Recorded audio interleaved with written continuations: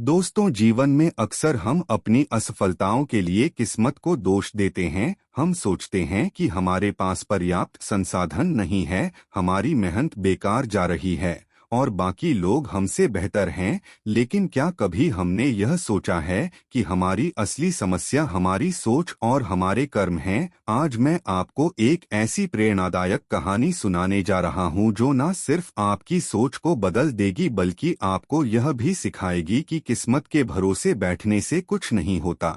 हमारी किस्मत तभी बदलती है जब हम अपने कर्मों में विश्वास रखते हैं। तो चलिए जानते हैं कि कैसे मेहनत और सही दिशा में किए गए कर्म जीवन को बदल सकते हैं। ध्यान से सुनिए, क्योंकि यह कहानी आपकी जिंदगी बदलने की ताकत रखती है। बहुत समय पहले की बात है, एक नगर में महात्मा बुद्ध ठहरे हुए थे। तभी वहां पर एक किसान आया और वह महात्मा बुद्ध से कहता है, हे बुद्ध, मेरी किस्मत बहुत खराब है। मैं जो भी काम करता हूँ वह सब बिगड़ जाता है। मुझे मेरी मेहनत का कोई फल नहीं मिल पाता। मैं एक किसान हूँ, मैं खेती करता हूँ, लेकिन मेरी फसल कभी अच्छी नहीं हो पाती और इसी वजह से मैं बहुत परेशान रहता हूँ। पता नहीं क्यों मेरे साथ ही ऐसा क्यों होता है। इसके उपाय के लिए मैंने कई साधु संतों से बात की, कई ज्ञानियों से उनकी राय ली। उन्होंने जो कुछ भी कहा मैंने वह सब कुछ किया। मैंने सभी तरह के अनुष्ठान, पूजा पाठ और यहाँ तक कि हर प्रकार के कार्य करके देख लिए, लेकिन फिर भी मुझे इसका कोई लाभ ही नहीं मिल रहा।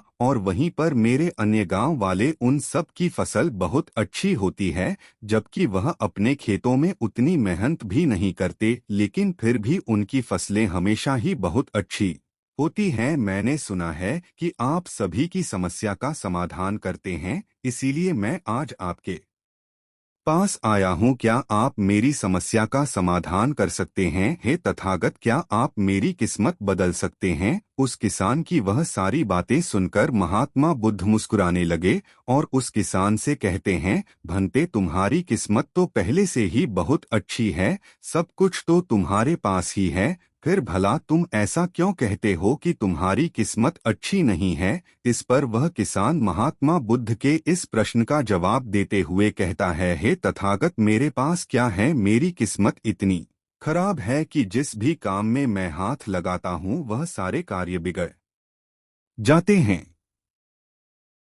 मैं चाहकर भी अपने खेतों में अच्छी फसल नहीं उगा पाता, जबकि वहीं पर मेरे गांव के अन्य लोग अच्छी फसलें उगा लेते हैं और वे लोग मेरी जितनी मेहनत तक नहीं करते। तो ऐसे में भला मेरी किस्मत कैसे अच्छी है? इस पर महात्मा बुद्ध मुस्कुराते हुए उस किसान से कहते हैं, भंते, तुम्हारे पास एक स्वस्थ शरीर है, तुम्हारे सभी अंग अच्छी तरह से काम करते हैं, तुम्हारा मस्तिष्क भी अच्छी तरह से काम करता है और तुम्हारे पास अच्छी खासी जमीन भी है। भला तुम्हारे पास किस चीज की कमी है? अगर ऐसे देखा जाए तो तुम्हारी किस्मत तो बहुत अच्छी है।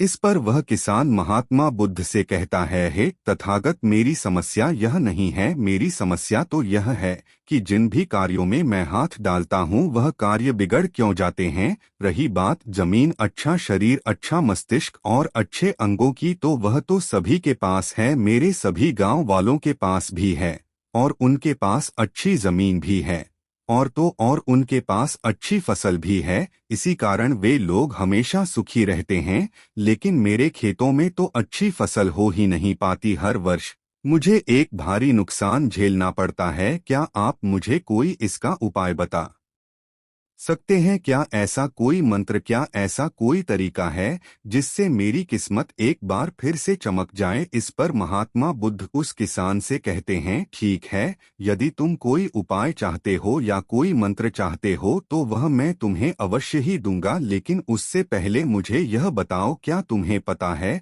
तुम्हारे खेत में खजाना है? यह सुन वह किसान थोड़ा आश्चर्यचकित हुआ और वह महात्मा बुद्ध से तुरंत ही बोल पड़ा, हे बुद्ध, आप यह क्या कह रहे हैं? मेरे खेत में खजाना है और यह मुझे पता तक नहीं। बताइए वह खजाना कहाँ है, मैं अभी उसे जाकर निकाल लूंगा। बताइए बुद्ध, वह खजाना कहाँ है? इस पर महात्मा बुद्ध उस किसान से कहते हैं, भंते वह खजाना तुम्हें ऐसे नहीं मिलने वाला। उसके लिए तुम्हें मेरा कार्य करना होगा। मैं तुम्हें जैसा जैसा कहूँगा तुम्हें वैसा ही करना होगा, तब जाकर तुम्हें वह खजाना अवश्य मिल पाएगा। उस किसान ने महात्मा बुद्ध की सारी बातें सुनी और उसके बाद वह किसान महात्मा बुद्ध से कहता है, हे तथागत, बताइए मुझे क्या करना होगा? आप जैसा कहेंगे मैं वैसा करने के लिए तैयार हूँ, लेकिन मुझे बता दीजिए कि आखिर वह खजाना मेरे खेत में कहाँ पर है? इस पर महात्मा बुद्ध उस किसान से कहते हैं,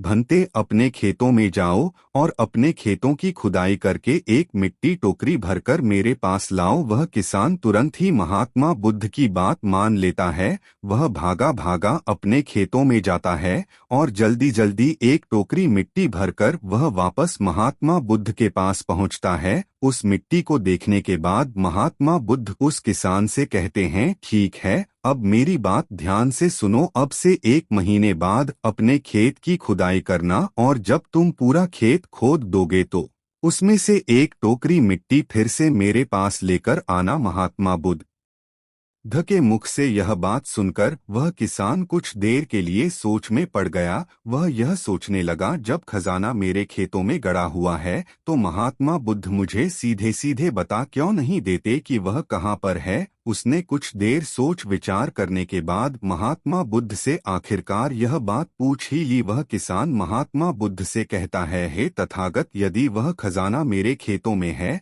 तो आप मुझे बता क्यों नहीं देते कि वह कहाँ पर है? मैं उसे अभी जाकर निकाल लेता हूँ। भला मुझे 1 माह का इंतजार क्यों करना है? आखिर की क्या जरूरत है? इस पर महात्मा बुद्ध बड़े शांत स्वर से उस किसान से कहते हैं, भंते, हर कार्य का एक समय होता है और वह कार्य यदि उचित समय पर किया जाए तो वह हमें उचित और शुभ फल देता है। तुम चाहते हो तो मैं तुम्हें खजाना बता देता हूँ कि वह खजाना तुम्हारे खेतों में कहाँ गड़ा हुआ है, लेकिन एक पल के लिए यह भी सोच लो, अगर तुम अभी उस खजाने को पाने की कोशिश करोगे तो हो सकता है कि तुम्हारे हाथ तो कुछ भी ना आए। सोच लो, तुम अभी उस खजाने को पाना चाहते हो या 1 महीने के बाद?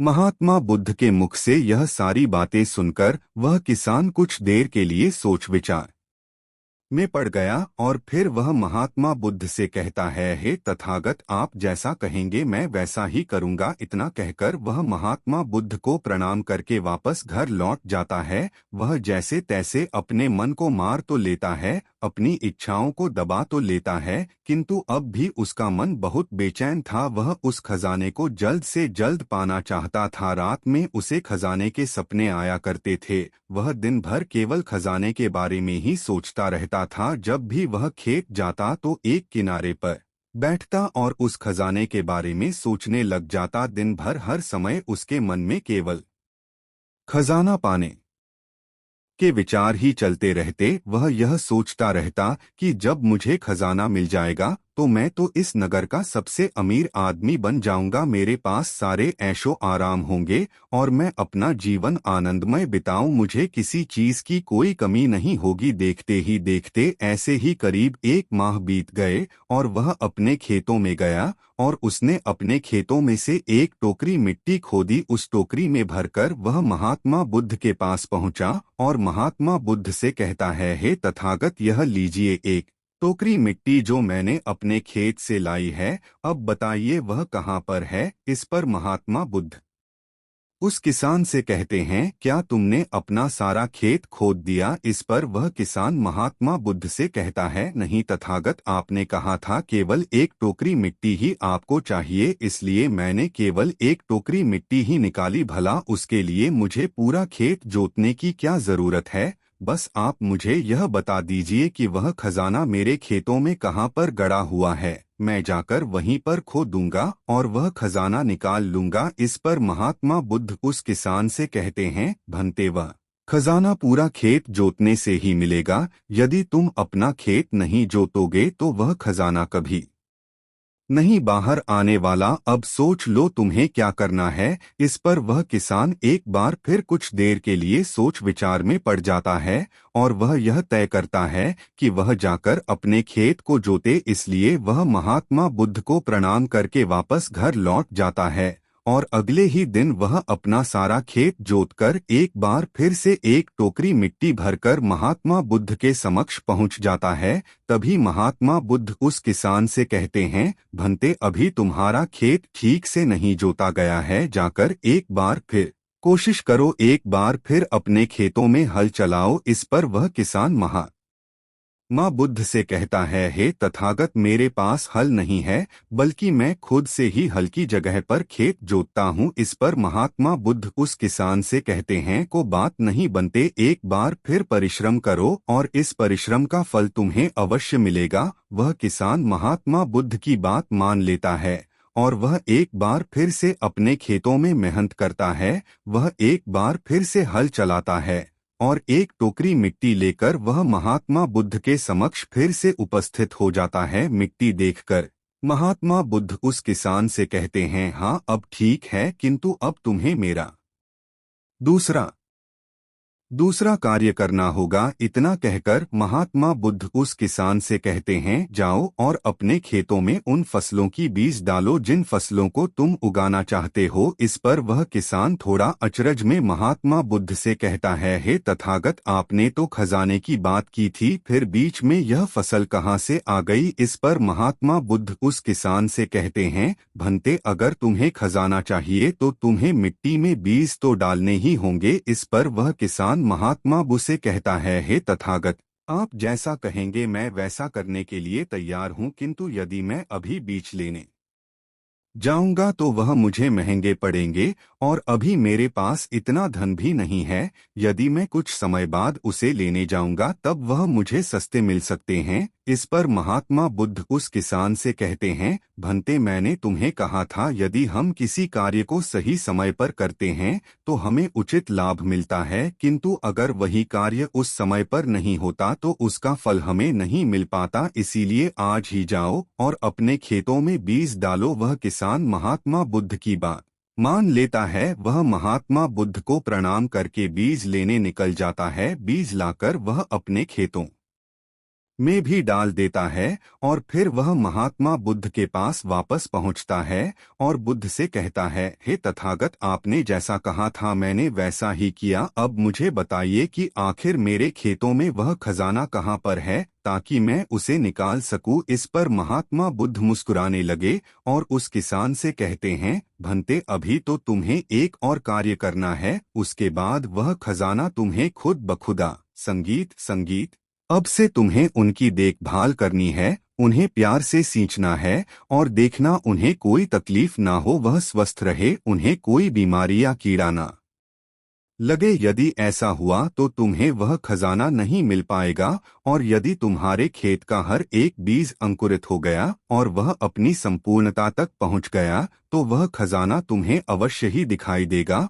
और तब तुम्हें मेरे पास आने की कोई आवश्यकता भी नहीं पड़ेगी। उस किसान ने महात्मा बुद्ध की सारी बातें मान ली और उसके बाद वह महात्मा बुद्ध को प्रणाम करके वापस घर लौट गया। अब से वह अपने खेतों की देखरेख करने लगा। उस किसान ने अपने खेतों पर पूरा ध्यान दिया, किंतु अब भी उसे सपनों में वह खजाना ही नजर आता था और वह मन ही मन सोचता था कि बस एक बार यह फसल पूरी तरह से स्वस्थ हो जाए तो वह खजाना भी मुझे मिल ही जाएगा। इसी सोच के साथ वह उन फसलों की देखरेख में दिन रात लगा रहता। उसने अपनी फसलों पर किसी प्रकार की कोई विपदा नहीं आने दी और देखते देखते वह दिन भी आ गया जब उसकी फसल उसके खेतों में लहलहा रही थी। तभी उसे महात्मा बुद्ध की बात याद आई। महात्मा बुद्ध ने कहा था कि जब तुम्हारी फसलें तैयार हो जाएंगी तो तुम्हें तुम्हारा खजाना भी मिल जाएगा। यह बात याद आते ही उस किसान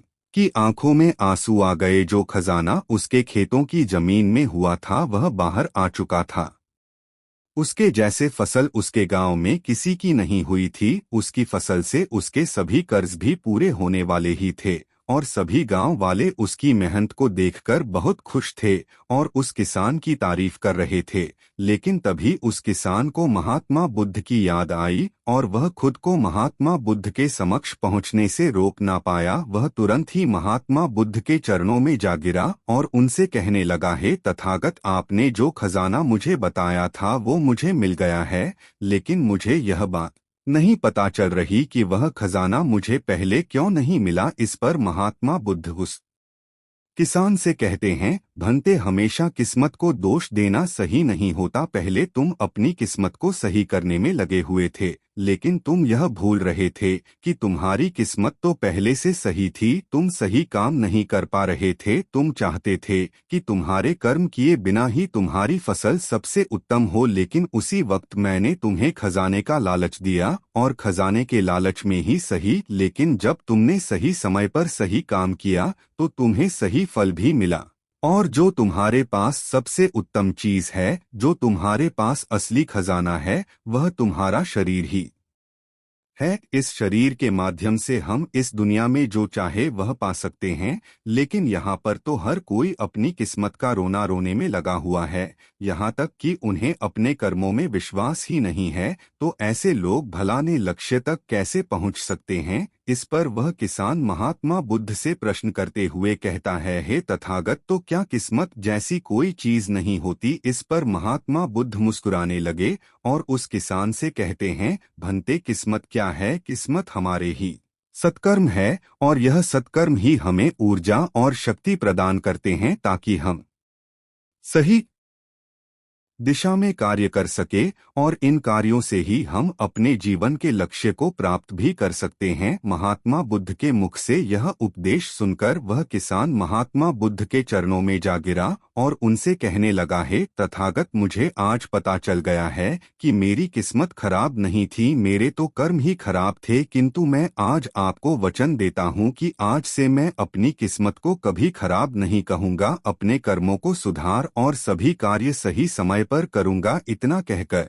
वह किसान महात्मा बुद्ध को प्रणाम करके वापस घर लौट गया। दोस्तों, हम में से अधिकांश लोग यही करते हैं। वे लोग हमेशा अपनी किस्मत को दोष देते रहते हैं, लेकिन वह कभी भी अपने कर्मों पर ध्यान नहीं देते। वह यह नहीं सोचते कि क्या उन्होंने अपने लक्ष्य को पाने के लिए जो कर्म करने चाहिए थे वह कर्म किए हैं या नहीं, कहीं उसमें कोई कमी तो नहीं रह गई, और अगर उसमें कोई कमी थी तो क्या उस कमी को दूर करके क्या उस लक्ष्य को प्राप्त किया जा सकता था। और यह सब हम तब सोच पाएंगे, तब समझ पाएंगे जब हम अपनी किस्मत को दोष देना बंद कर देंगे। लेकिन हम तो अपने आप को सही और अपने किस्मत को गलत ठहराना चाहते हैं। हम किसी ऐसे को चाहते हैं जो हमारी गलतियों का ठेका ले ले, और इसीलिए हम अपनी किस्मत को हमेशा दोष देते रहते हैं ताकि हमें कभी किसी के सवालों का कोई जवाब ही ना देना पड़े। और इस तरह से हम उस समस्या से भी निकल जाते हैं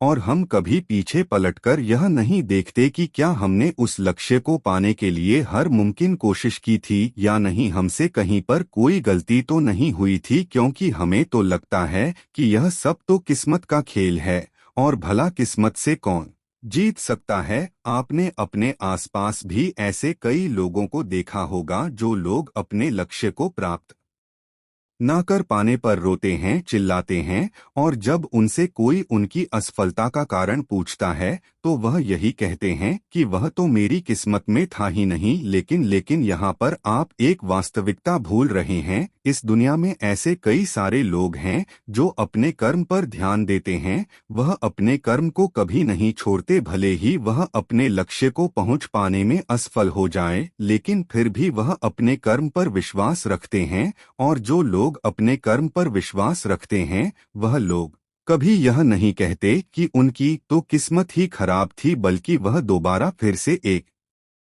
पूरी शक्ति से उस लक्ष्य को पाने की कोशिश करते हैं। और यह कोशिश वह तब तक करते रहते हैं जब तक कि उन्हें उनका लक्ष्य मिल नहीं जाता।